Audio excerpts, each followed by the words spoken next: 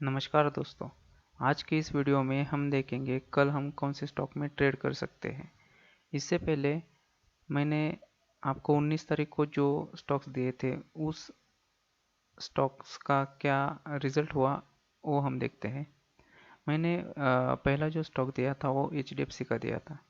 HDFC huge gap up open होने की वजह से हमारा बाइंग साइड का जो टारगेट था वो पहले ही अचीव हो चुका था, इसलिए उसमें बाइंग साइड की तो एंट्री बनती नहीं।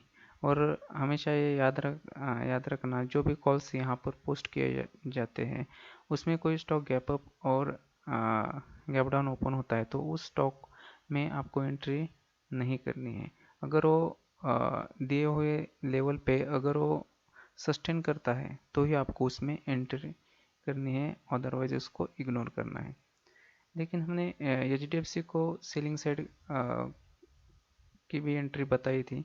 सेलिंग HDFC को मैंने सेल करने को कहा था 2450 को, और उसने उसका जो सेकंड टारगेट था 2415 का, तो दोनों टारगेट्स उसने अचीव कर दिए थे। मतलब उसने 35 पॉइंट्स का प्रॉफिट HDFC ने दिया हुआ था। अगला जो स्टॉक मैंने दिया था वो HCL टेक का दिया था। HCL टेक को मैंने सेल करने को कहा था 990 को सेल करने को कहा था, और पहला जो टारगेट था वो 980 का था, तो उसने भी पहला टारगेट अचीव कर दिया था। फिर तीसरा जो स्टॉक मैंने दिया था वो ग्रासिम का दिया था। ग्रासिम भी HDFC की तरह ही वो भी गैप अप ही ओपन हुआ था, तो इसलिए उसमें बाइंग साइड की तो एंट्री बनती नहीं थी। लेकिन सेल को मैंने बोला था, सेल उसको 1305 पर सेल करने को कहा था, और उसका जो पहला जो टारगेट था 1287 का, तो उसने भी हमारा जो पहला जो टारगेट था वो उसने अचीव कर दिया था। तो और एक स्टॉक दिया था वो TCS का दिया था। TCS को भी हमने सेल करने को कहा था 3135 पे सेल करने को कहा था, लेकिन उसने सिर्फ 9 पॉइंट्स की मूवमेंट दी, लेकिन उसने हमारा स्टॉप लॉस भी नहीं लिया था, और वो फिर से घूम के वही एंट्री प्राइस के ही नज़दीक वो क्लोज हो चुका था। तो चलिए, ऐसा रहा है परसों के स्टॉक्स का रिजल्ट। तो चलिए आज आ, अब हम देखते हैं कल हम कौन से स्टॉक में एंट्री कर सकते हैं। तो कल के लिए मैंने पहला जो स्टॉक चुना है वो रिलायंस का चुना है। रिलायंस को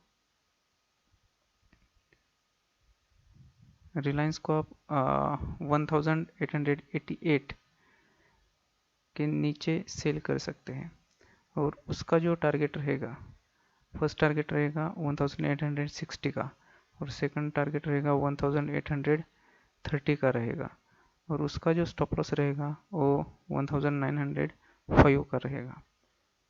अगर वो बाइंग साइड की तरफ निकलता है तो हमें 1922 पे उसको बाय करना है। उसका पहला टारगेट रहेगा 1947 का, दूसरा टारगेट रहेगा 1962 का, और उसका जो एसएल है वही रहेगा 1905 का। लेकिन कल के लिए ज़्यादा सेलिंग के लिए ही मैं प्रेफर कर सकता हूँ। फिर मैंने दूसरा जो स्टॉक चुना है वो हीरो मोटो का चुना है। हीरो मोटो को आप 2800 पे सेल कर सकते हैं, और उसका जो पहला जो टारगेट है वो 2780 का है, दूसरा टारगेट है 2760 का है, और उसका जो स्टॉप लॉस रहेगा वो 2820 का रहेगा। अगर बाइंग साइड की ओर देखा जाए तो बाइंग साइड में आप 2850 पे उसको बाय कर सकते हैं, और उसका जो पहला टारगेट रहेगा वो 2870 का रहेगा, दूसरा टारगेट 2890 का रहेगा, और स्टॉप लॉस जो रहेगा उसका वो 2830 का रहेगा।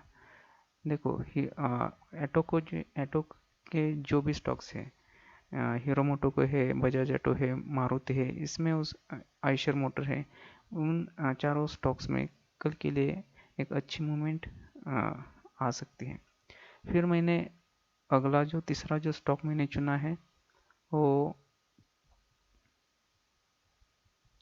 इंडसइंड बैंक का चुना है। इंडसइंड बैंक को आप बाय कर सकते हैं 870 पे बाय कर सकते हैं। उसका पहला टारगेट रहेगा 880 का, दूसरा टारगेट रहेगा 890 का, और उसका जो स्टॉप लॉस रहेगा वो 860 का रहेगा।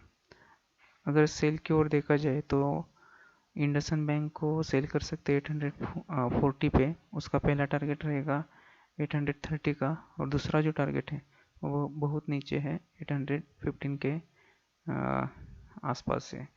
और उसका जो टारगेट रहेगा, सॉरी, स्टॉप लॉस रहेगा सेलिंग साइड का, वो 850 का रहेगा। लेकिन कल एक्सपायरी है, इसके लिए आप 0.5% का भी टारगेट बुक कर सकते हो। मतलब जब वो अचीव होता है तो आप अपना स्टॉप लॉस को ट्रेल कर सकते हो। फिर चौथा जो स्टॉक मैंने चुना है वो है एलटी का चुना है।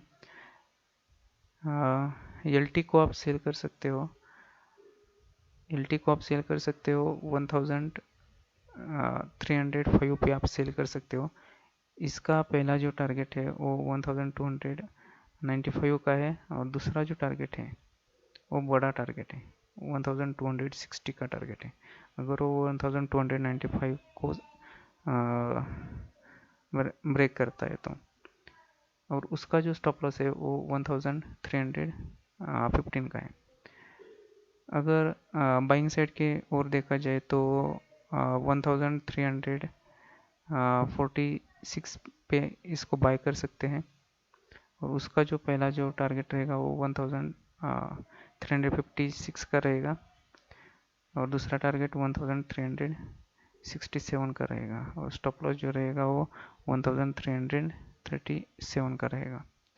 तो चलिए,